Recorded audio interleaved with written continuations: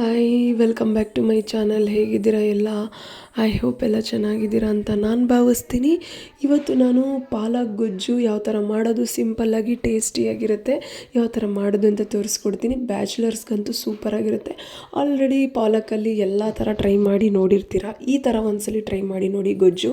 ನೋಡಿ, ಮಿಕ್ಸಿ ಜಾರ್ಗೆ ನಾನು ಈರುಳ್ಳಿ ಹಾಕೋತಾ ಇದ್ದೀನಿ. ಫ್ರೈ ಏನು ಮಾಡಿಲ್ಲ, ಹಾಗೆಯೇ ಹಸಿ ಈರುಳ್ಳಿನೇ ಹಾಕೋತಾ ಇದ್ದೀನಿ, ಮತ್ತು ಟೊಮೆಟೊ ಮತ್ತು ಬೆಳ್ಳುಳ್ಳಿ ಸಿಪ್ಪೆ ಬಿಡಿಸ್ತೀರ ನಾನು ಹಾಕೋತಾ ಇದ್ದೀನಿ. ಬ್ಯಾಚುಲರ್ಸ್ಗಂತೂ ಮಸ್ತಾಗಿರುತ್ತೆ. ಈ ಸಲ ಒಂದ್ಸಲಿ ಟ್ರೈ ಮಾಡಿ ನೋಡಿ ಹಾಕ್ಕೊಂಡೆ. ಈಗ ಹಸಿಮೆಣ್ಸಿನ್ಕಾಯಿ ಹಾಕೋತಾ ಇದ್ದೀನಿ.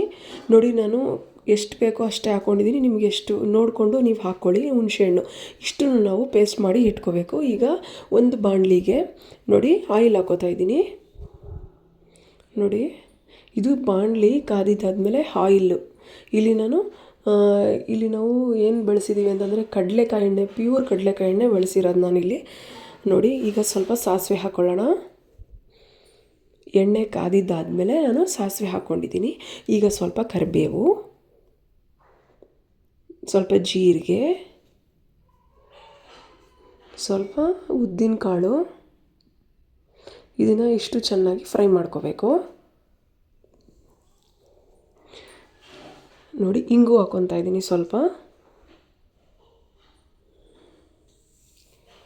ನೋಡಿ, ಇದು ಚೆನ್ನಾಗಿ ಫ್ರೈ ಮಾಡ್ಕೊಳ್ಳಿ.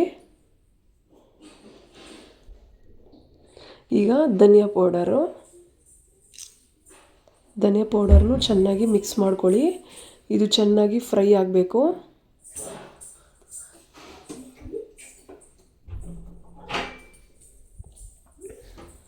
ನೋಡಿ, ಚೆನ್ನಾಗಿ ಫ್ರೈ ಆಗಬೇಕಿದು. ಮತ್ತು ಅರಿಶಿನ ಪುಡಿ,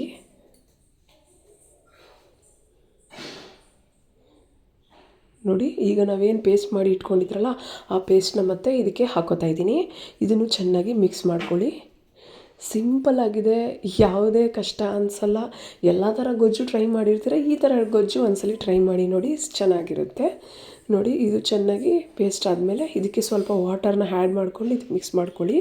ಚೆನ್ನಾಗಿ ಮಿಕ್ಸ್ ಮಾಡ್ಕೊಳ್ಳಿ ಇದನ್ನು. ನೋಡಿ, ಚೆನ್ನಾಗಿ ಮಿಕ್ಸ್ ಆಯಿತು.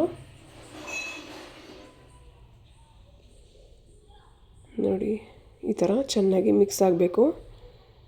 ನೋಡಿ, ಆಗಿದೆ, ಬೆಂದಿದೆ. ಈಗ ನಾವು ತೊಳೆದಿಟ್ಕೊಂಡು ಹಚ್ಚಿಟ್ಕೊಂಡಿರೋಂಥ ಪಾಲಕನ್ನ ನಾನು ಇದಕ್ಕೆ ಹಾಕೋತಾ ಇದ್ದೀನಿ. ನೋಡಿ, ಮಿಕ್ಸ್ ಮಾಡಿ ಇದಕ್ಕೆ ಮಸಾಲೆ ಎಲ್ಲ ಹಾಕಿರ್ತೀರಲ್ಲ, ಇದು ಚೆನ್ನಾಗಿ ತಿರುಗಿಸ್ಕೊಳ್ಳಿ. ಈ ಥರ ಗೊಜ್ಜು ನಿಮಗೆ ಬರುತ್ತಾ, ಫಸ್ಟೇ ಗೊತ್ತಿತ್ತಾ ಏನು ಅಂತ ನನಗೆ ಕಮೆಂಟ್ ಸೆಕ್ಷನಲ್ಲಿ ನನಗೆ ತಿಳಿಸಿ.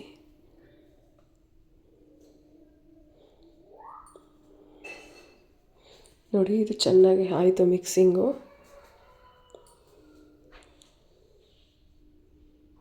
ಇದು ಸ್ವಲ್ಪ ಸ್ಟೀಮ್ ಆಗೋಕ್ಕೆ ಬಿಡೋಣ. ಈಗ ಸ್ವಲ್ಪ ಪ್ಲೇಟಲ್ಲಿ ಮುಚ್ಚಿಟ್ಕೊಂಬಿಡಿ. ಈಗ ಕುದ್ದಿದ್ದಾಗಿದೆ ಅಲ್ವಾ, ಸೊ ಇದಕ್ಕೆ ನಾವು ಸ್ವಲ್ಪ ಸಾಲ್ಟ್ ಹಾಕ್ಕೊಳ್ಳೋಣ. ಇದನ್ನು ಚೆನ್ನಾಗಿ ತಿರುಗಿಸ್ಕೊಳ್ಳಿ. ತುಂಬ ಚೆನ್ನಾಗಿತ್ತು. ನಾವು ಮಾಡಿದಾಗ ಈ ಥರ ಒಂದ್ಸಲಿ ಟ್ರೈ ಮಾಡಿ ನೋಡಿ. ಚಪಾತಿ ಜೊತೆ, ರೊಟ್ಟಿ ಜೊತೆ, ಪೂರಿ ಜೊತೆ ಸಿಕ್ಕಾಪಟ್ಟೆ ಚೆನ್ನಾಗಿರುತ್ತೆ. ಅನ್ನಕ್ಕೆ ಮಾತ್ರ ಮಸ್ತಾಗಿರುತ್ತೆ. ಟ್ರೈ ಮಾಡಿ ನೋಡಿ. ಮತ್ತು ಇದನ್ನು ಸ್ಟೋರ್ ಕೂಡ ಮಾಡಿ ಎತ್ತಿಟ್ಕೋಬೋದು. ನೀವು ಫ್ರಿಜ್ಜಲ್ಲಿ ಇಟ್ಕೋಬೋದು. 5 days ಆದರೂ ಬಂದೇ ಬರುತ್ತೆ ಈ ಗೊಜ್ಜು. ಬ್ಯಾಚುಲರ್ಸ್ಗಂತೂ ಪಾಪ ಬೆಳಗ್ಗೆ ಹೋಗಿ ಸಂಜೆ ಬರ್ತಾರೆ, ಅವರಿಗೆ ಏನು ಮಾಡಬೇಕು ಅಂತ ಗೊತ್ತಾಗಲ್ಲ. ಆಗ ಬಿಸಿ ಬಿಸಿ ಅನ್ನದ ಜೊತೆಗೆ ಈ ಥರ ಗೊಜ್ಜು ರೆಡಿ ಮಾಡ್ಕೊಳೋದ್ರಿಂದ ತಿನ್ನೋದಕ್ಕೂ ಚೆನ್ನಾಗಿರುತ್ತೆ.